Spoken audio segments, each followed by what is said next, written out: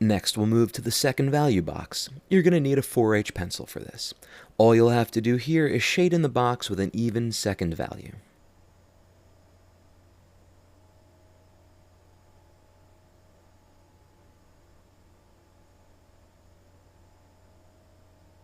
This blend should be easy to hatch together because the transition from an F-lead to a 4H isn't very abrupt. They're both hard lead, so neither of them leave a grain behind. As we progress in the course, I'm going to phase out pencils this hard. With some practice, you should be able to shade in a value this light with an H pencil. And tidy up your shading with a rubber eraser, and we're finished. Next, we'll be doing a blend down to 6th value from 10th value, starting with a scumbling blend, then transitioning to a linear blend. Begin with your 6B pencil, here's your finish line, and just repeat what you did here on the first box you shaded.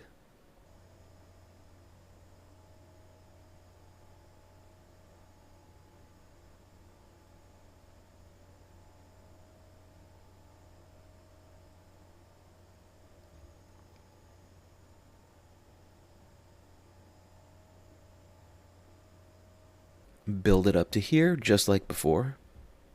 I'm sure you're all excited to get started drawing hands and eyes, etc., but this isn't a sprint, it's a marathon. The first couple of lessons are absolutely necessary to teach you the fundamentals. Drawing is a lot like playing an instrument. You have to learn good habits or you'll be practicing bad ones, which will limit your ability to make progress. So please, bear with me for the first couple of lessons. I promise we'll get to the fun stuff. I wouldn't be a very good teacher if I didn't make absolutely sure you had a solid foundation, and I wouldn't want to leave any of the less experienced students behind.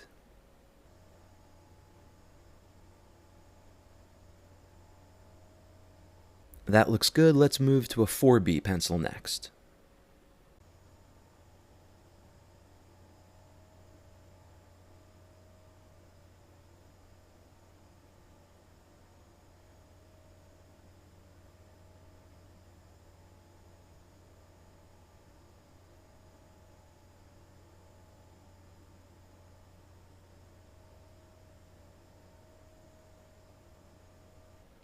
That looks like it's getting close.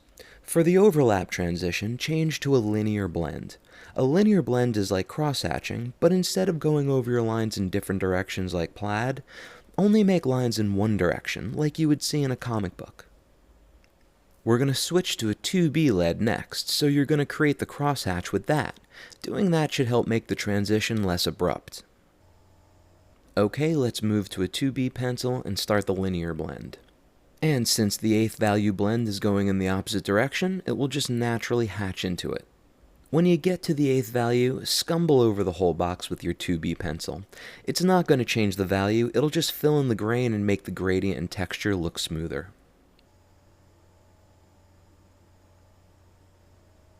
Remember, it's a linear blend, so fight the urge to crosshatch. Just continue going in one direction and adding pressure. The hatching and cross-hatching textures you're creating may or may not seem interesting to you when you're just filling in these boxes, but that's because you're seeing them out of context. I assure you they'll look good when you apply them to a drawing. Here are some examples of hands we're going to draw in the coming lessons. Can you see how the linear shading and cross-hatching add texture and make these drawings look dynamic and energetic? Of course, your shading doesn't always have to be this loose. In the coming lessons, I'm going to show you how to control the softness of your shading so that you can make your drawings as realistic or dynamic as you want. Like this hand we're going to draw together in lesson 3. And this one. Do you see it now? If you look closely, all of the shading in these drawings is done with hatching and cross-hatching. Now that you know that, look closely at Leonardo da Vinci's drawings, and you'll see the exact same technique being used.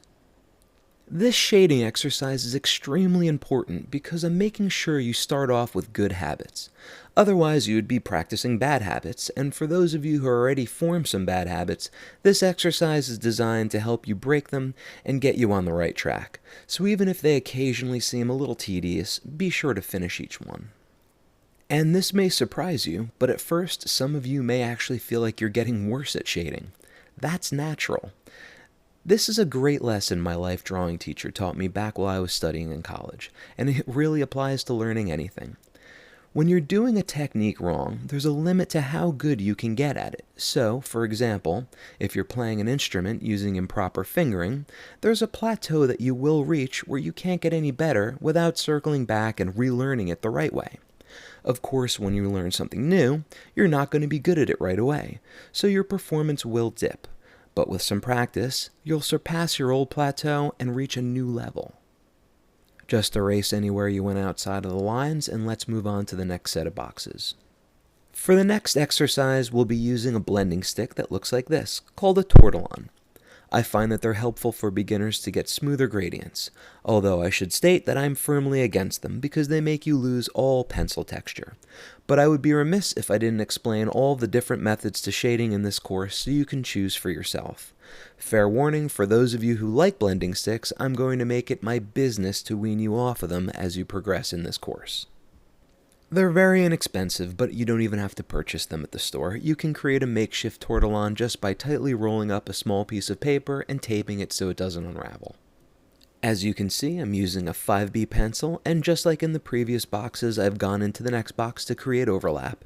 And feel free to use whatever blend you're comfortable with, because the shading tool is going to do most of the work in creating the gradient.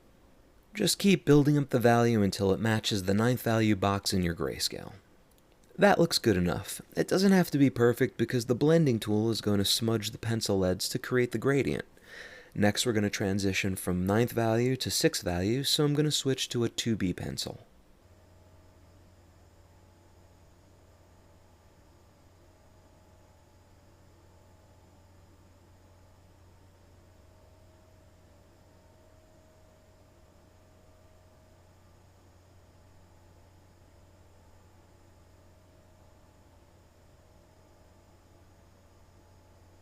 Next is 3rd value, so you'll need an H lead.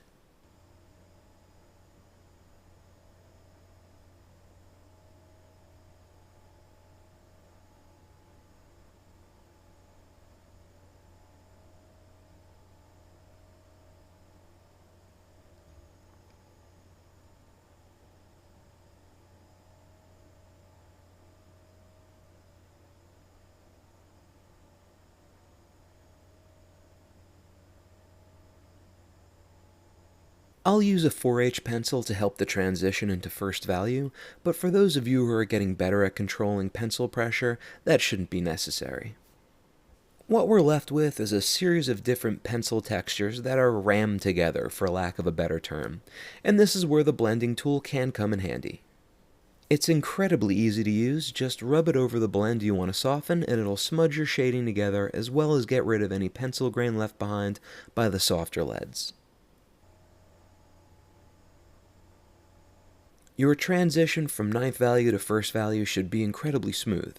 Now that you know how to use this tool, I suggest you only use it when it's absolutely necessary, because as you can see it tends to make the shading look cloudy. The ideal approach to shading is to learn to control the amount of pressure you apply to your pencil. Okay, for this row, I'd like you to try hatching from 1st value up to 5th value. Since we're staying on the lighter end of the scale, we'll only be using the harder leads, so you can begin on the lightest value and gradually get darker, since you won't need to worry about blending different pencil grains together. So let's start with a 4H pencil. I'll hold the pencil way back here to give me maximum control over the pressure I'm using. And I'll simply cross-hatch in the 2nd value box, giving myself the usual overlap into the 3rd value box.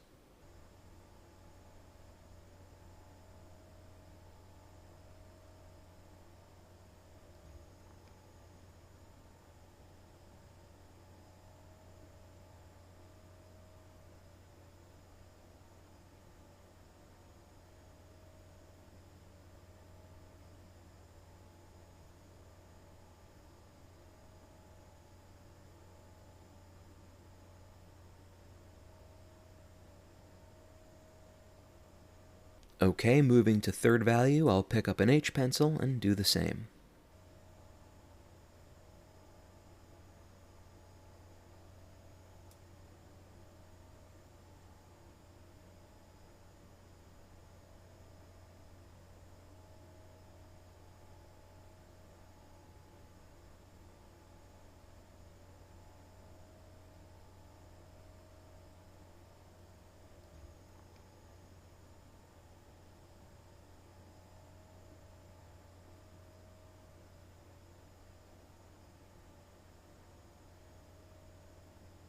Moving along to fourth value, I'll switch to an F lead.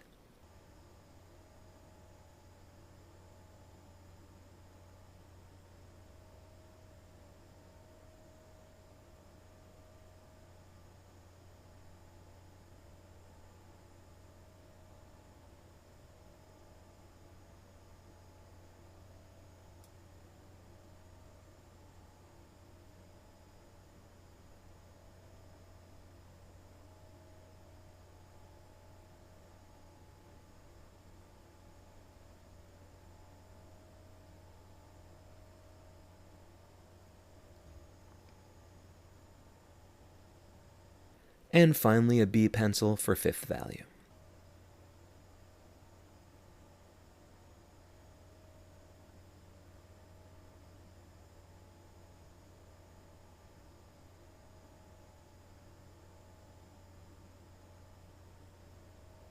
Because the F lead is a midtone, you may have to work it into the previous lead a little more than the others. Just keep hatching it into the fourth value box until the gradient matches up.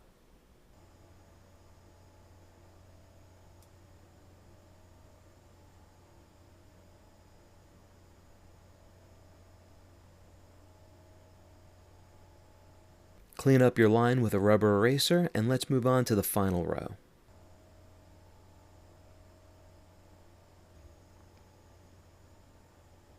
Since we're shading from 10th value down to 6th value, we'll be working dark to light again to help control the grain. So start with your 6B pencil. As you can see, I want you to begin with a scumbling technique and transition into a linear blend for 6th and 7th value. The challenge will be to make those two blending styles merge in the 8th value box.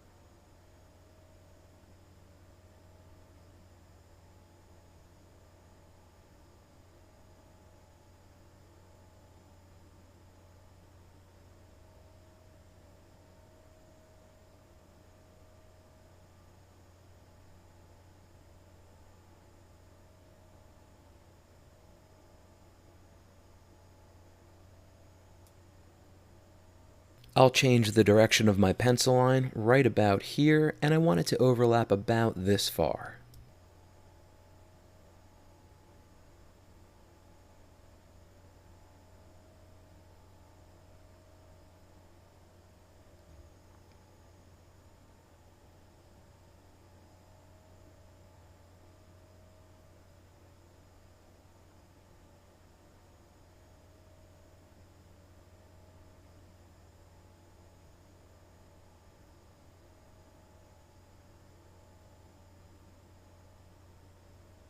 I'm switching to a 4B lead and changing from shading with scumbling to a linear blend.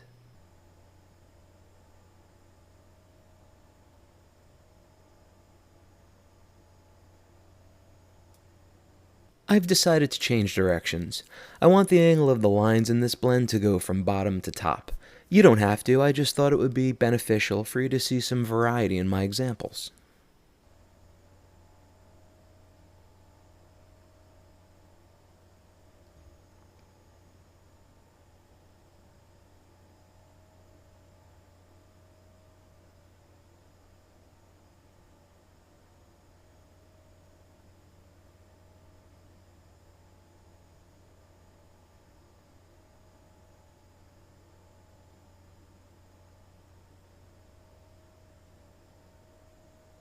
I'm switching to a 3B lead for 7th value and continuing with the linear shading in the same direction.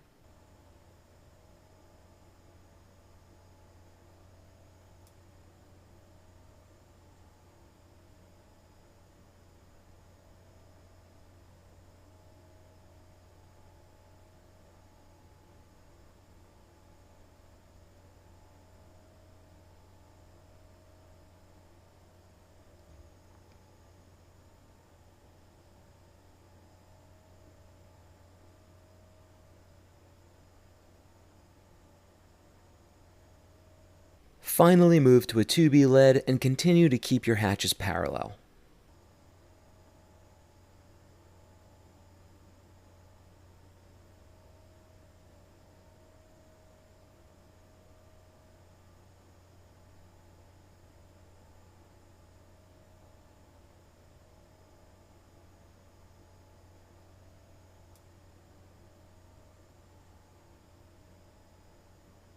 Okay, finished. Now, using a rubber eraser, just clean up anywhere your lines went outside the box. There's always a lot with linear shading. And you're finished with Lesson 3.